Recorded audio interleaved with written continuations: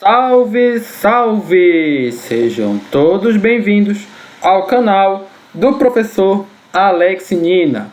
Hoje nós vamos falar de fatores políticos e econômicos na análise do ambiente externo. Então aqui nosso sumário, estamos em fatores políticos e econômicos.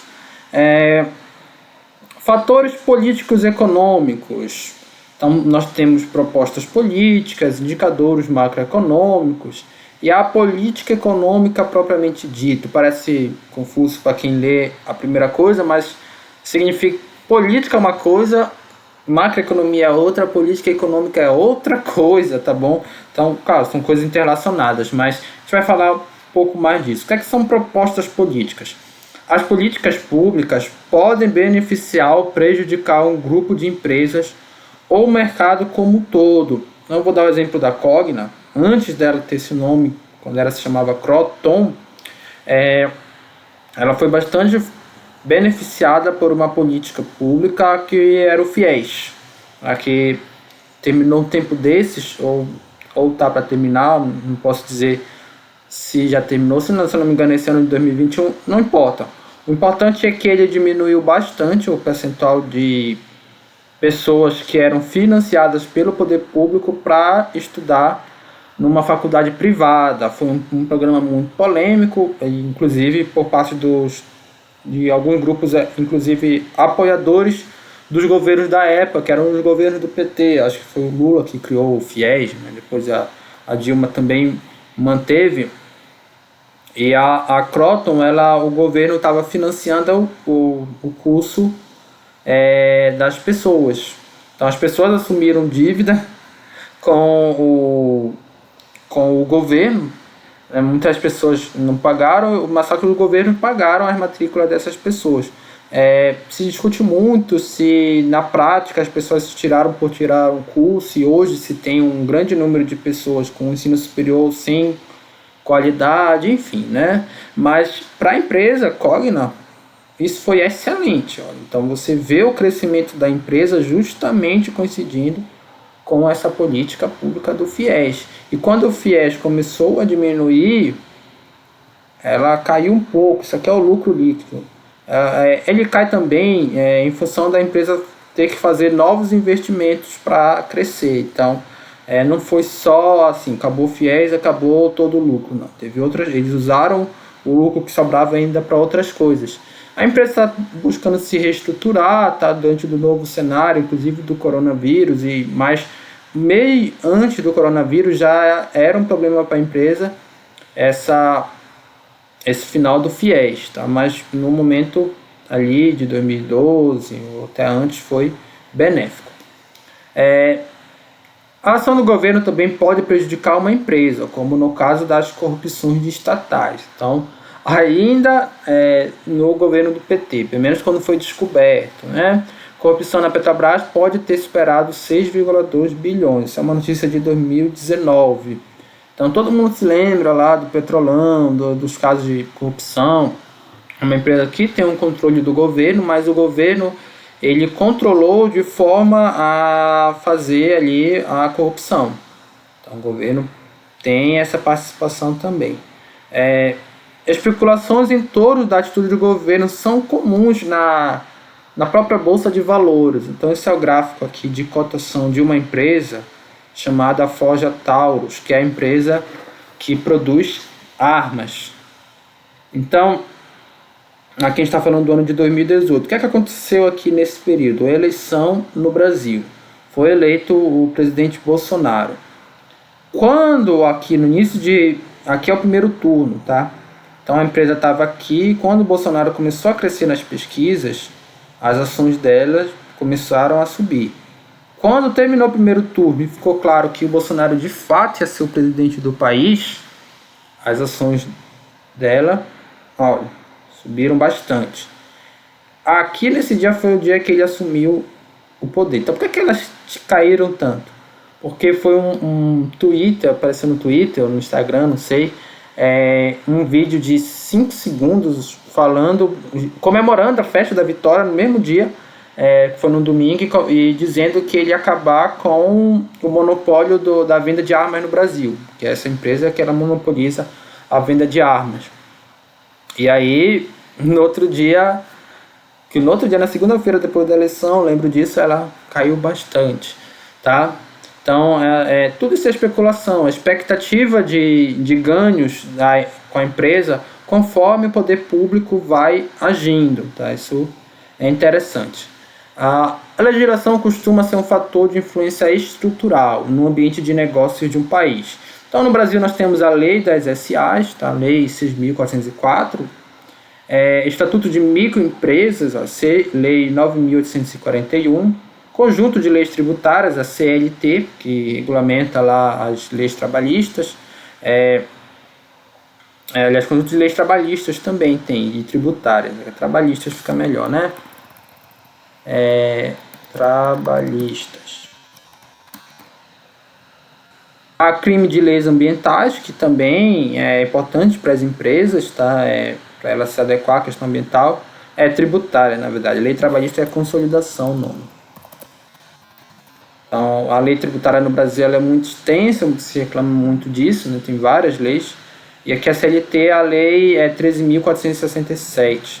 Beleza? Alguns exemplos só de leis que vão influenciar praticamente todas as empresas no Brasil. Tem relações que são comuns entre as empresas e o governo.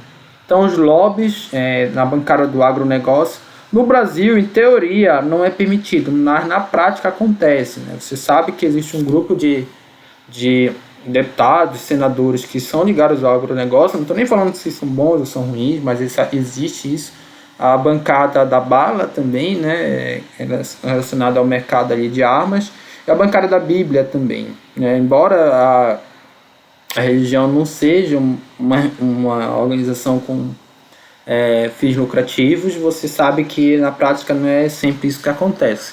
E você tem uma bancada forte, que é a bancada religiosa no Brasil. Então é lobby, né? Nos Estados Unidos é mais comum, isso acontece, isso é permitido até na teoria, a questão do lobby.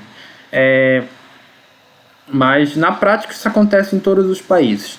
Agências reguladoras, então a Infraero vai regulamentar o mercado de aviação, a ANP de petróleo, CVM, todas as empresas listadas em bolsa, a ANA, saneamento e água, por exemplo, a ANEEL, mercado de energia, né, companhias elétricas, enfim, vai ter o próprio para bancos, participação em licitação de produtos e serviços, fornecimento de energia elétrica, que foi uma empresa que eu estagiei, uma pequena empresa daqui de Belém, que ela ganhou um processo de licitação para prestar um serviço para o serviço público, no caso o governo do estado do Pará.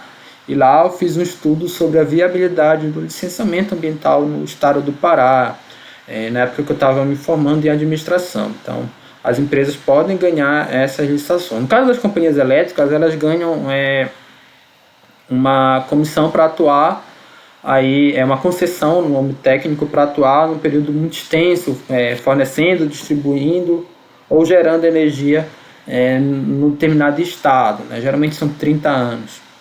Incentivos governamentais pela redução do imposto. Então, a M. Dias e Grendene são empresas que elas tiveram o imposto reduzido, que elas atuam no Nordeste. Então, foi para incentivar o consumo de itens essenciais, no caso aqui é vestuário, calçados, e aqui a Grendene que é calçados, tá? Grendene é calçados e a M. Dias massas, né, de pão, principalmente trigo. E aí você diminui o imposto sobre essas empresas para que os produtos ficassem mais baratos para o público nordestino, que é de baixa renda. Na Amazônia temos a Zona Franca de Manaus, também onde os impostos são reduzidos para o setor industrial. Tem vários outros casos de que você reduz imposto para incentivar certas empresas. O financiamento, o BNDES funcionou no Brasil na visão desenvolvimentista, de desenvolvimento parece redundante, mas existem várias visões, uma delas é a desenvolvimentista, ou neodesenvolvimentista também. Existe essa ideia do poder público ter bancos estatais para financiar determinadas empresas que possam trazer um desenvolvimento socioeconômico. Então, o próprio governo Lula fez a política de campeões nacionais, né? O governo Lula e Dilma. Então, eles financiavam empresas, financiaram várias empresas, a Oi, no caso, para que ela pudesse se expandir e ganhar o mercado nacional, trazendo inovação, tecnologia, essas coisas. Assim, eles financiavam a juros abaixo do mercado. Então, se todas as empresas estavam disponíveis lá um juros de 14% ao ano para captar recursos, para essas empresas que foram beneficiadas pelo BNDES e várias aí também, todas as empresas que se envolveram em corrupção depois, né, ou todas não, mas vou falar que boa parte das empresas que se envolveram em corrupção tiveram recursos do BNDES a juros menores do que o mercado estava dando. Então, eram juros de 2%, 4%, quando o mercado estava oferecendo 14%. Isso causa uma série de problemas do ponto de vista macroeconômico. Aquelas empresas de construção civil, né, Camargo Correia, que vocês ouviram muito falar na época que veio à tona esses problemas. E até hoje se fala da caixa preta do BNDES, lá também a JBS recebeu financiamento do BNDES, então teve essa política aí que aconteceu muito no Brasil. Então tem aqui um vídeo no YouTube que explica o quanto essa política foi ruim para o Brasil, e isso no meu ponto de vista também, mas não é um ponto de vista consensual, tá? Alguns autores defendem que isso seja acontecido, não que isso aconteceu de forma correta, mas que de fato o governo deva financiar a juros baixos certas empresas no Brasil. Só que assim, o dinheiro do governo ele não vem do nada, ele vem dos impostos que a gente paga. Então, na prática, quem está financiando essas empresas é a população. Por isso que eu não vejo muito sentido. Você vai financiar uma grande empresa para depois trazer um retorno para a população. Se fosse pequenas empresas, talvez fosse melhor, mas eu não concordo muito, enfim, né? Mas é uma forma que o governo pode aí beneficiar ou atrapalhar uma determinada empresa. Indicadores macroeconômicos, aí nós estamos falando do indicador total da economia. O principal, pessoal, é o PIB, Produto Interno Bruto, ou PIB per capita também, que é inclusive mais significativo, já que é o PIB dividido pela população. É um indicador muito discutido em economia, em particular em economia do desenvolvimento, a questão de sustentabilidade também. Tem uma playlist aqui do canal de gestão ambiental empresarial, planejamento urbano, em várias playlists estão aulas que eu falo sobre desenvolvimento sustentável, escola de desenvolvimento, e vocês podem dar uma olhada na discussão que tem em torno desse indicador aqui. Então ele é muito controverso, mas existe uma teoria, que é a teoria dos benefícios mútuos, que ela sugere que quando o PIB de um país, de uma região cresce, o PIB per capita principalmente, ele é bom para todo mundo. Ou seja, para as grandes empresas e também para as pessoas pobres, ele acaba reduzindo a pobreza absoluta, entre outras coisas. Então é como se fosse uma maré, em que a subida da maré iria fazer com que subisse todos os barcos, grandes e pequenos. Então, grandes empresas, pequenas empresas, todos os setores iam se beneficiar do PIB. De certa forma, isso é bastante difundido, e boa parte da literatura acredita, de fato, que o PIB, se não é a variável mais importante, é sim uma variável relevante, e que isso ocorre em boa parte dos casos, tá? Ou na maior parte dos casos. Claro que não dá para dizer que é sempre verdade que um crescimento do PIB vai ser bom, mas de modo geral um crescimento do PIB de longo prazo ele traz um certo desenvolvimento para a sociedade. Então é muito diferente se você está numa região em que o PIB está crescendo forte e numa região que não consegue crescer o PIB nem a renda das pessoas. Está numa situação que a literatura chama de armadilha da pobreza. E uma empresa que está numa região que o PIB cresce, imagina as empresas chinesas, por exemplo, naquela época que o PIB da China estava crescendo a 10% ao ano, né? empresas bastante beneficiadas. E as empresas que vendiam para a China, como foi o caso de várias empresas do Brasil, inclusive a JBS, tá? A Vale, se beneficiaram também. Então, é o PIB até de outra região, mas que é a região onde estava o mercado consumidor da empresa. Isso aqui é interessante. A renda per capita, eu falei bastante disso. Olha, o mais importante é analisar as tendências da renda per capita do público-alvo das unidades de negócio. Então, no caso do LGBTs e veganos, alguns estudos mostram que esses grupos têm uma renda per capita acima da média da população brasileira. Então, são grupos interessantes de você definir como público-alvo, porque, a grosso modo, eles têm dinheiro, tendem a ter dinheiro, tá? Não é todo LGBT nem todo vegano, mas as estatísticas mostram que isso acontece. No caso dos LGBTs, talvez tenha um viés aí, né? Existe a diferença daqueles que se declaram e não se declaram, e talvez os que se declaram tenham mais autonomia, inclusive financeira, né? Que isso, queira que não, influencia, para poder se declarar. Não sei, eu não sou da área, então não sei. Mas no caso dos veganos, existe uma relação. Geralmente quem tem renda per capita maior tem maior nível de escolaridade e tende a ser mais preocupado com essas questões globais de sustentabilidade. Por isso que eles de fato têm uma renda per capita acima da renda nacional. Pode contrastar com tendências demográficas adversas. Então, hipotético, olha, a população de idosos está aumentando, porém a renda média dos idosos está diminuindo. Então, olha, pode ter assim, essa questão, olha. Então, várias tendências, elas, por um lado, o mercado-alvo, por exemplo, de idosos está aumentando, isso seria bom para uma empresa como a GEAP, um plano de saúde. Mas esses idosos, eles têm uma renda menor, uma renda per capita menor, que se desvaloriza em relação à inflação, por exemplo. Então, não compensa muito esse aumento do número de idosos. A população de crianças realmente está diminuindo, porém a renda média dos seus pais está aumentando. Então, lembra que existe uma diferença do consumidor para o comprador. As empresas têm, em gestão de marketing, tem que ter isso claramente. A gente não vai falar disso de forma detalhada, mas basicamente quem consome nem sempre é o mesmo indivíduo que quem paga. No caso das crianças é isso, né? As crianças não são as crianças que pagam pela escola, pelos brinquedos, sim, são os pais dela. Então, se o número de crianças está diminuindo, mas a renda per capita dos pais dela está aumentando, isso poderia ser bom para uma empresa como a Cogna, na unidade dela que está posicionada ali no negócio da educação básica. A gente viu ela anterior que esse negócio ele está diminuindo em relação ao total de matrículas na educação básica no Brasil, mas se a gente pegar só a parcela para a educação privada, ele está aumentando.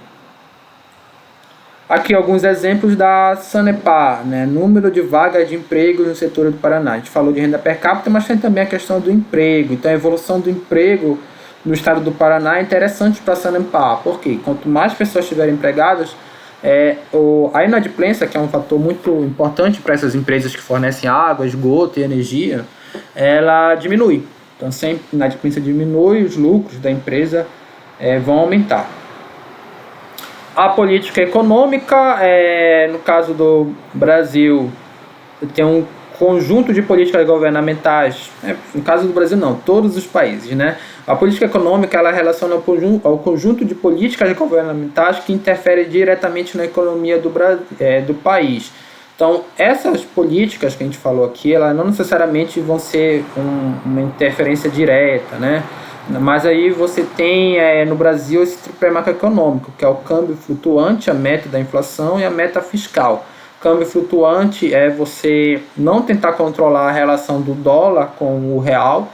No passado o Brasil controlava isso. Não vou falar que se era melhor ou pior do que é hoje, mas até porque eu não tenho competência para falar sobre isso. Mas é só para vocês saberem que é diferente, né? Antigamente você tinha que parear, o dólar sempre teria que estar sendo vendido $1 a R$1. E o que é que o Brasil fazia? Vendia ou comprava reservas em dólar conforme para manter essa paridade. Tá? Um pouco de economia, eu não vou adentrar nisso. A meta da inflação também, o país tenta controlar a inflação emitindo mais ou menos moeda, tá? E a meta fiscal é em relação aos gastos públicos.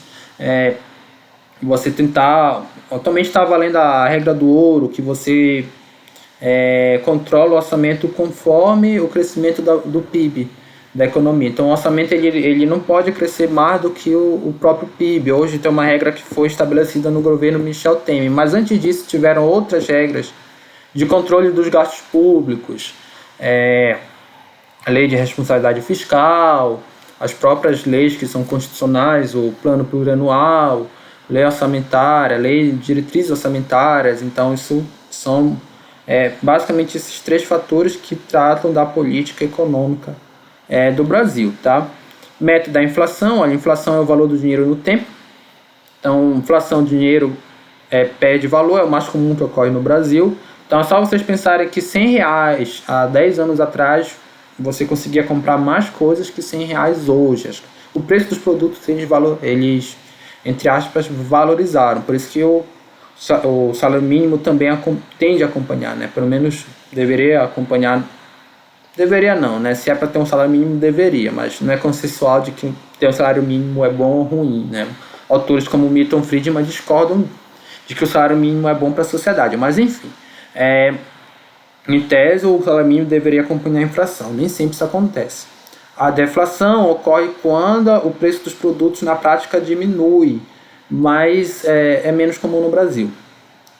Olha só, na década de 1990, R$1 se comprava 20 pães. O pão é 5 centavos, eu lembro disso. Hoje, R$1 se compra 4 pães, eu até vejo mais caro que isso. Eu já vi pão careca sendo vendido a 95 centavos né?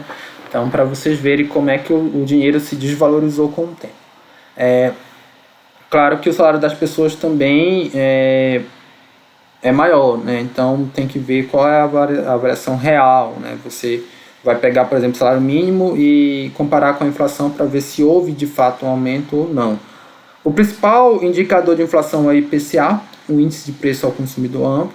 Outros indicadores econômicos, PIB, renda, podem ser avaliados em valores nominais ou reais. Então, essa é a diferença. Quando a gente vou pegar o salário mínimo e pega a variação dele com valores nominais, é uma coisa. Agora, se a gente corrigir pela inflação, é outra coisa. Existe todo um cálculo para se fazer isso, tá?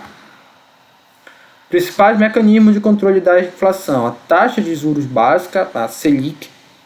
Quando o governo quer incentivar a economia, aumentando a inflação, ele diminui a Selic.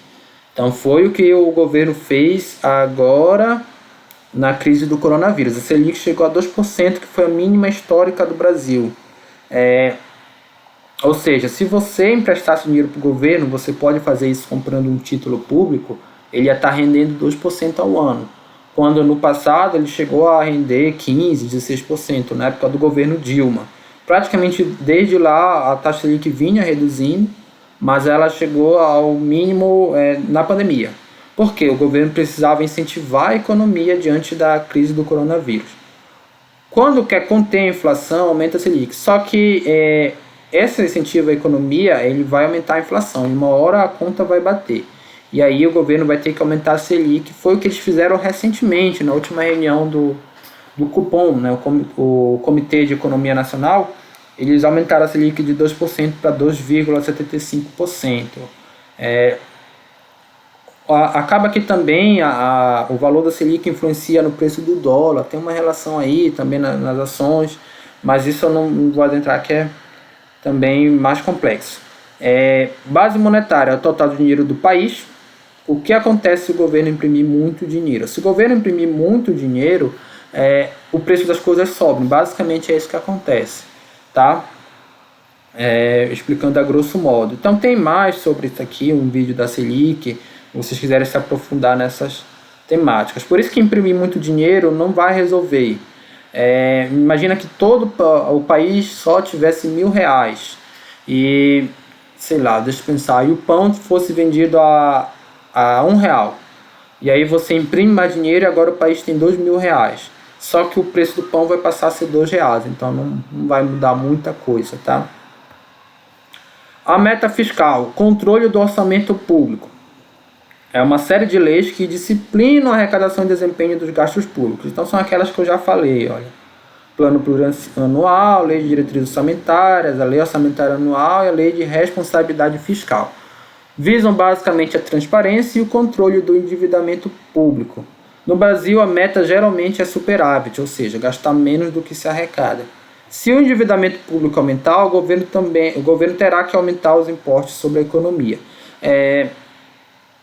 E se ele aumentar impostos, isso é ruim para todas as empresas, de modo geral, porque os produtos vão ficar mais caros, as pessoas vão ter menos condições de comprar, as próprias empresas vão pagar mais impostos, e aí você tem menos oportunidades, tá? Por isso que a gente, quando fala em política política econômica, é uma coisa que vai influenciar todas as empresas.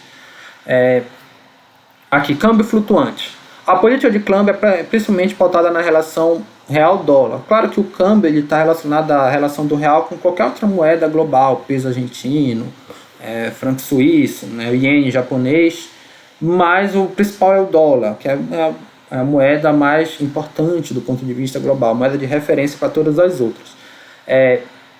No início do Plano Real, o Brasil adotava o câmbio fixo, olha, R$1, $1. Embora isso tenha ajudado a controlar a inflação na época, causou algumas distorções na moeda brasileira no mercado internacional. O câmbio flutuante estabelece que a relação real-dólar fica a cargo do mercado, então lei da oferta e da demanda. Tá bom? Basicamente é influenciada por isso aqui, olha, pela taxa Selic. Então, existe a taxa Selic, que é o juros básico do Brasil e o juros básico dos Estados Unidos. Quando o juros no Brasil está baixo e os juros nos Estados Unidos está baixo também, os investidores eles vão comparar se eles compram títulos públicos do Brasil ou dos Estados Unidos. Porque os Estados Unidos ele é um país menos arriscado, então geralmente o juros lá ele é menor do que no Brasil. Imagina a cabeça do investidor. Ele quer investir num país, no poder público de um país, não numa empresa, e ele tem um país como o Brasil, que em vários momentos históricos já deu calote nos seus credores, ou um país como a Argentina e Venezuela, que é pior ainda, já deu vários calotes, e tem um país como os Estados Unidos, que nunca deu calote em toda a sua história, sempre pagou seus credores, né, as pessoas que compraram títulos públicos. Aí ele é favorável a comprar título público do governo americano. Só que o Brasil precisa vender títulos para se financiar. E ele não vai vender ao mesmo juros que o governo americano está vendendo. Ele vai vender a um juros maior, que é para incentivar com que os investidores eles comprem no Brasil, esses títulos do Brasil. Porque eles têm um risco maior. Então o risco elevado ele geralmente está associado com um maior retorno. O Brasil vai ter que oferecer um maior retorno para compensar o risco que ele está oferecendo, que é o chamado risco Brasil. Esse termo é utilizado, risco Brasil. Portanto, quando a taxa de juros lá americana ela diminui, fica melhor investir nos Estados Unidos do que no Brasil. Então o dólar tende a aumentar. Se a taxa de juros dos Estados Unidos diminuir, ele tende a diminuir. Então é isso. Então, câmbio flutuante não quer dizer que o governo nunca vai intervir no câmbio, mas que não tem uma meta pré-estabelecida. Atualmente existem vários mecanismos governamentais que influenciam o câmbio. A relação à taxa de juros, a reserva de dólares do Bacen. Tá bom? A relação dólar-real bastante influenciada por dois fatores, né? Hoje, a guerra comercial dos Estados Unidos-China e o coronavírus. O coronavírus ele fez o dólar subir por conta que, como ficou uma situação bastante arriscada, o risco global aumentou, os investidores correram para o investimento mais seguro do mundo, que em tese é o dólar americano. Então, como eles investiram na taxa de juros, na taxa dos títulos públicos americanos, o dólar acabou se valorizando. Tá? É claro que isso em tese hoje se questiona, por exemplo, alguns grupos dizem que as criptomoedas são mais seguras que o próprio dólar, tem toda uma discussão econômica em cima disso. Como o câmbio impacta as empresas? Então, impacto direto: se a empresa tem majoritariamente as despesas em reais e as receitas em dólar, a alta do dólar é positiva. Então, olha só, Klabin, Vale, o que é que elas fazem? Elas produzem aqui no Brasil, então compram seus insumos em real. A Vale, no entanto, né, que tem a questão dos maquinários, mas o salário dos trabalhadores, por exemplo, ela paga em real. Quando ela vende para o exterior, ela vende em dólar. Então, se o dólar está mais caro, ela ganha com isso. A Klabin é no caso de papel, de celulose, tá bom? Empresa brasileira muito grande, muito forte. Se a empresa tem majoritariamente despesas em dólar e receitas em reais, a alta do dólar é negativa. Exemplo da M Dias. Então, é uma empresa que trabalha com massa de pães e macarrão, entre outras coisas. O principal insumo dela é o trigo. O trigo é uma commodity que é vendida em dólar. Tá? Ele é listado em bolsa, ele é vendido em dólar. Então, se o dólar está alto, o preço do trigo aumenta. E os custos para emitir aumentam. Só que na hora de vender, ela vende para o Brasil. Então, ela não vende em dólar, ela vende em real. E aí ela não vai ser compensado com o poder de compra dos consumidores. Para manter o mesmo nível de compra ou tecnicamente o mesmo market share, ela vai ter que manter o preço dos produtos dela, não repassando esse aumento de custo para o seu mercado consumidor. Quando ela mantém esses preços, o lucro da empresa diminui. Então, é pior, o aumento do dólar é ruim para M Dias e bom para outras empresas. Então, o aumento do dólar por si só não quer dizer que seja bom ou ruim, né? Tem vários fatores que podem beneficiar uns e comprometer outros, né? Prejudicar outros.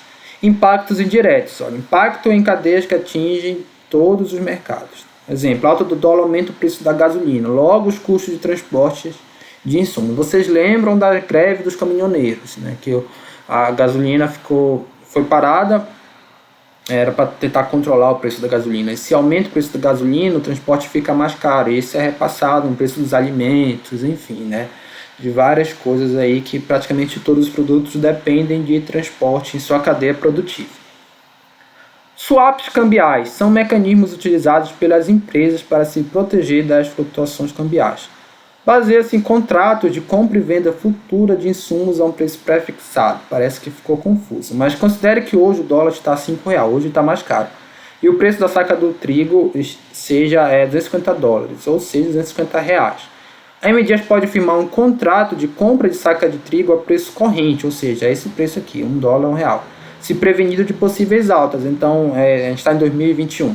E aí ela diz assim, olha, eu vou comprar trigo até 2025 a esse preço aqui, de $1, R$5. Então, se o dólar aumentar,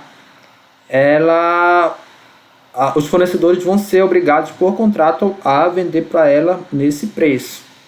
Agora, se o dólar diminuir, ela vai ter que comprar nesse preço. Então, vai ser pior para ela nesse caso, se ela tiver um contrato. É claro que, do ponto de vista da M Dias, o risco é o dólar aumentar, mas do ponto de vista do fornecedor de trigo, o risco é o dólar diminuir.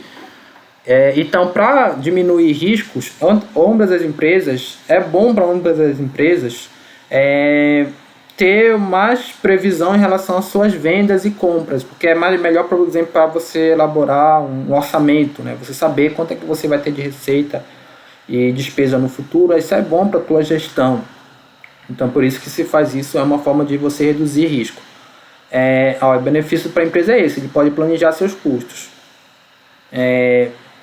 Apesar se seus custos compensam, inclusive, com pequena queda no dólar. Então, vai ficar, o planejamento da empresa vai ficar menos dependente da flutuação do dólar. Tá? Isso que é a principal vantagem dessas técnicas aqui de fazer swaps cambiais. Tem vários tipos de swaps, mas os cambiais são até os mais conhecidos. Importante para a atividade de produto. Que propostas governamentais podem influenciar o negócio da empresa? Quais as perspectivas da política econômica podem impactar os negócios da empresa? O governo injetando dinheiro na economia. O governo americano, o governo brasileiro injetaram muito dinheiro na economia. Será que isso vai trazer inflação? Como é que será que as empresas vão ser afetados por esse aumento da inflação, se ele vier. Então tem todas essas questões. Isso eu estou falando agora no contexto de pandemia. Beleza? Exemplo da Cogna, olha, os cortes propostos, corte de verbas para escolas e universidades públicas. O programa Futuro-se, que foi um programa do governo Bolsonaro, eu nem sei como é que anda esse programa, mas ele foi ainda planejado pelo Entraub, já até saiu do Ministério da Educação, que era um programa que visava que as empresas, que as universidades públicas se aproximassem do mercado privado. Talvez isso fosse até ruim para a Cogna, porque a concorrência com as universidades públicas iria aumentar, ou talvez isso fosse bom, quem sabe a Cogna formava parceria com as universidades públicas, então ia impactar a empresa com certeza. A queda na Selic causa impacto direto positivo para a empresa, tá? Ela torna investimentos mais atraentes. O aumento do déficit orçamentário é um impacto direto negativo. O governo, tendo déficit, ele vai ter que cobrar mais imposto, então isso é ruim para todas as empresas. A alta do dólar também é ruim no caso da Cogna, tá? Isso eu tô falando que é bom ou ruim na minha visão, porque outro analista pode discordar. Posso dizer assim que o programa Futuro-se vai ser ruim para a Cogna. Outro analista vai dizer que vai ser bom, porque não dá para saber todos os efeitos de uma proposta governamental e muito menos de uma política econômica. O que eu cobro é que se justifique. Se você dizer que a alta do dólar vai ser bom para a Cogna, não é errado, mas você tem que explicar o porquê que vai ser positivo para a empresa ou porquê que vai ser negativo. Beleza? Então é isso, pessoal. Até a próxima.